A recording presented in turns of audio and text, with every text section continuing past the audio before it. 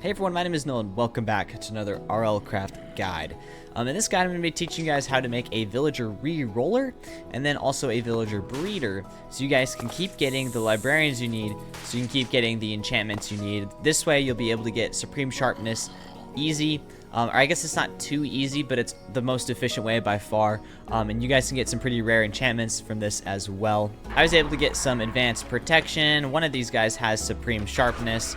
This dude here has Supreme Sharpness 3. I'm pretty sure one of my guys has Supreme Sharpness 5, but yeah, I was able to get a ton of enchantments from this. So I'm going to teach you guys how to build the breeder and then the villager reroller. I guess we can just start with the breeder, but before I jump into it, I just wanted to say that I made kind of a combination of a guide from Subnuts Guy and then also from Zerger.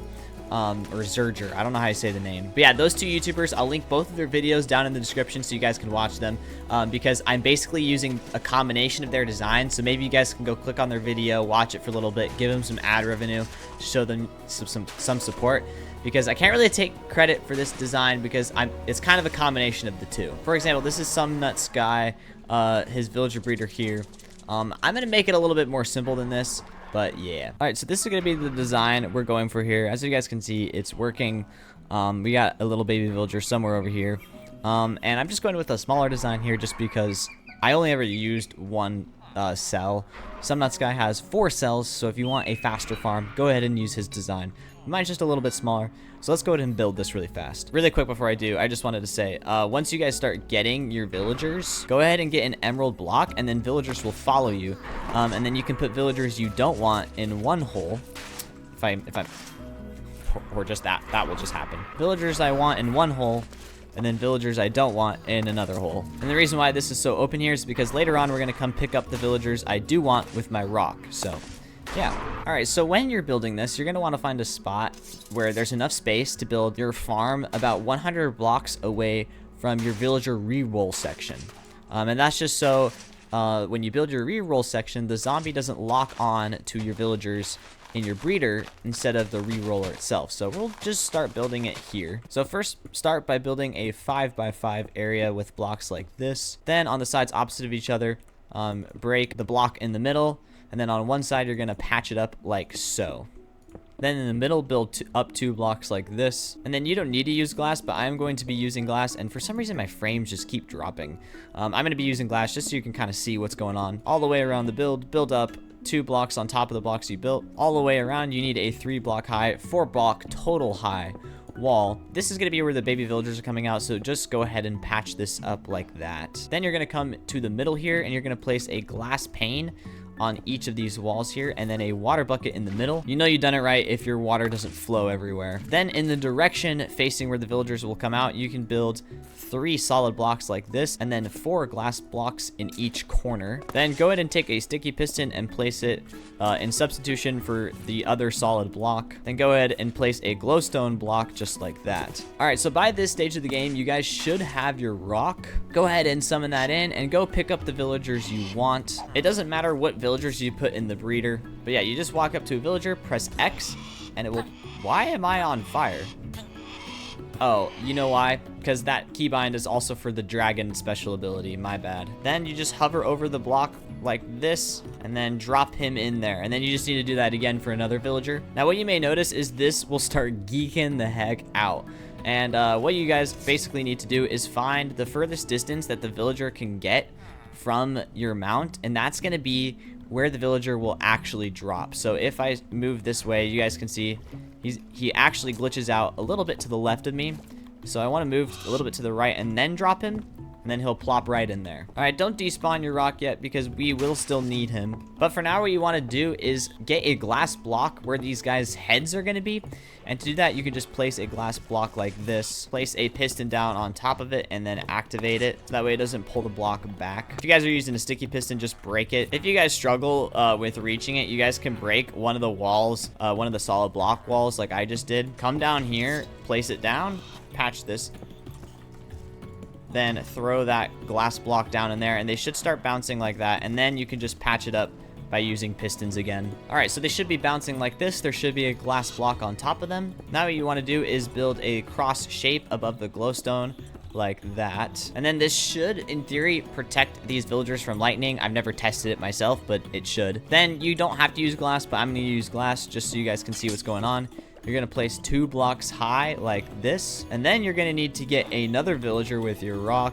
Again, you just do the same thing we've been doing. Doesn't look like this guy's tweaking out, so we should just be able to drop him straight in. Sometimes he might not go straight in. Yeah, there we go. Come on. Come on.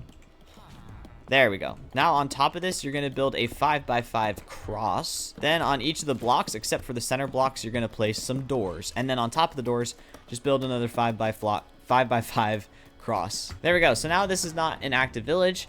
All you have to do to activate it is place a lever on this side here, flip it, and now your village should be active. If you guys hear the bell or aegis start spawning, you guys will know you have an active village, and I hope you could hear the bell there. So now, technically, if you feed your villagers by just throwing some bread or carrots on top of them, they will start breeding. This lag is insane. I don't know if you guys can, it doesn't look like you can see it on the recording, because yeah, I'm getting 79 FPS up at the top, but I am not getting, I'm not seeing 79 FPS. So now we're going to build the catch chamber. You can really do whatever you want, but I'll just show you guys what I do. So you come back and you place a water bucket there, and then the water will start flowing out. Patch this area up like so, and then you're going to build the spot for the villagers you do want, and then the spot for the villagers you don't want. Ain't no way my villagers are being attacked, bro. I'm going to hope I can do this without killing my villagers. That's okay. We're in creative mode. It might be smart to like just put some blocks here when you're not breeding your villagers, because enemies can come in and kill them. All right, once you have your holes dug, just build a 1-block fence around it. Or I guess it's going to be multiple blocks, but I'm going to use glass so that way you can see what's going on the inside. And then actually what you can do is break these, because you're not always going to want to fly in here, so you can leave the front spot open. Okay, then build 1 more layer on top of the glass like that. Then go up 3 blocks from where you just built, and then build a roof. And this is just to protect from lightning strikes. I've never actually had my villagers struck by lightning before, but it can happen, and then they turn into witches. And then you lose your villagers, so tough. Then come on the inside and place 5 trapdoors, flip them up, and then this should, in theory, protect them from monsters. And then also it is open enough to where you can fly in with your rock and grab them. If you guys want to be more safe than this, you can, but again, this is just the design that I do. So now this thing should be fully functional. And again, I don't know if I said this, but this functions as an on and off switch. So this is off, and then this is on. I'll try to throw these guys some bread. However, it might take a while for them to actually start breeding. As you guys can see, they picked up the bread through the block. I don't know why I said bread like that, but I did. And then they're exchanging bread, and then pretty soon they should start breeding, and then the villagers will pop out here. I'll wait a minute and see if they actually do start breeding, but yeah. There we go. They're breeding. I just saw hearts. Cool, it works. Now we're going to build the reroll chamber. So once you start getting your villagers, you just carry them over to the reroll chamber with your rock. All right, so this is going to be way easier to build. In fact, you guys could probably just see how to build it by just looking at this here. But you're going to build a 3x3x5, or I guess 3x5x3. I don't really know dimensions. Chamber like this. And you're going to need to use unmovable blocks like obsidian, because you're going to be using a sticky piston with a slime block. This is not a slime block. So you're going to place the sticky piston like that, and then the slime block on top of it. Then you're going to come down here and place the trapdoor on that, and then it should be open like this direction. Then you're going to come to this block here and place another trapdoor, and then open it.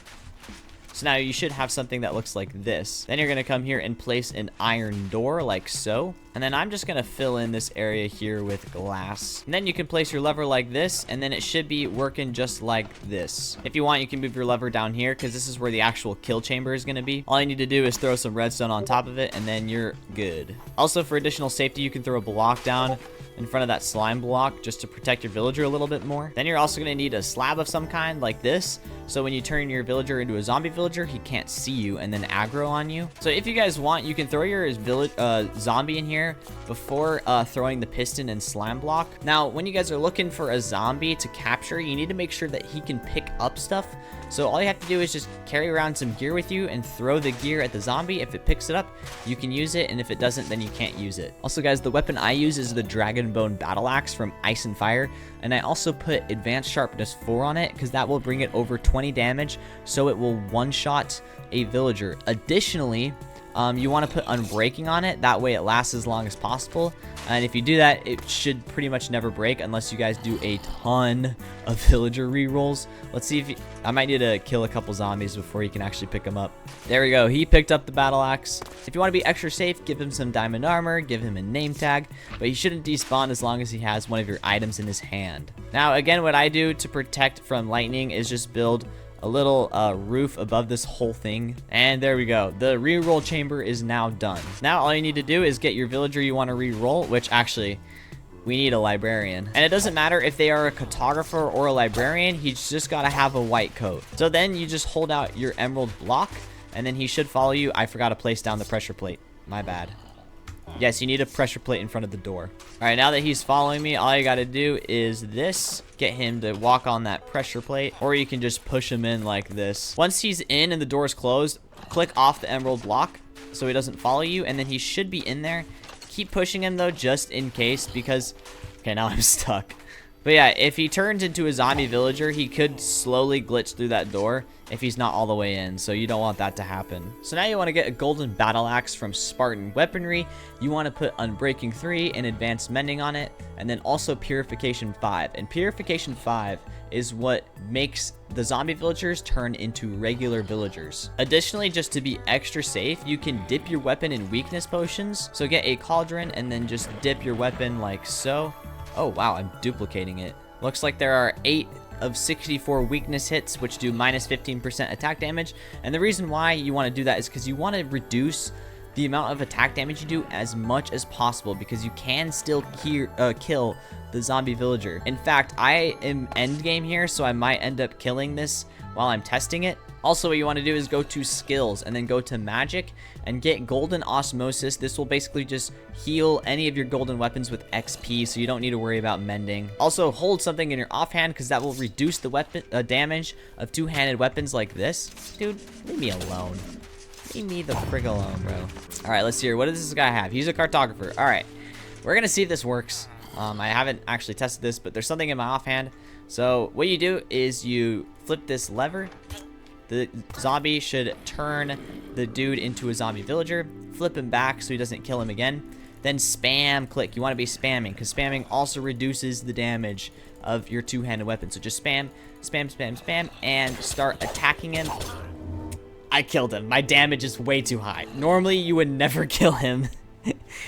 You could kill him, and if you do a lot of damage, you can just heal him. You can heal zombies with instant damage potions, but because I'm so late game, I've made so many upgrades that have like increased my damage by a lot. I don't think there's any way to... Can you decrease these? I don't know if you can. I think I'm just stuck with the increased damage, so it's gonna be really hard to showcase this, but as you can see, it worked. I was able to turn him back into a villager, and then you can just check what trades he has. If you don't like him, you just flip the switch, and then the zombie will go over there. I believe it's every time the zombie kills him, he restores his health. So if you turn him into a villager, he will still have low health, but if the zombie kills him and then turns him into a zombie villager, his health will be restored to full. I believe that's how it works. But yeah, then basically once you get the villager you want, you just open it up with your emerald rock. He'll follow you, and then you pick him up with your rock and take him wherever you want to go. And just remember, you want to build the reroll chamber about 100 blocks away from your breeder. That way the villagers don't interfere with each other. And then yeah, that's pretty much it. You just kind of sit here and keep re-rolling until you get the villager you want with the trades you want. So hopefully you guys found this helpful. If you did, make sure to smash the like button and subscribe for more RLCraft guides. Don't forget to check out Some Nuts Guy and Zerger's video. Zerger, I don't know how you say it. Because I used both of their designs to make this, and I want you guys to support them as well, because they're very helpful for this. So yeah, thank you guys for watching. Hope you guys enjoyed, and I'll see you guys all in the next video. Bye bye.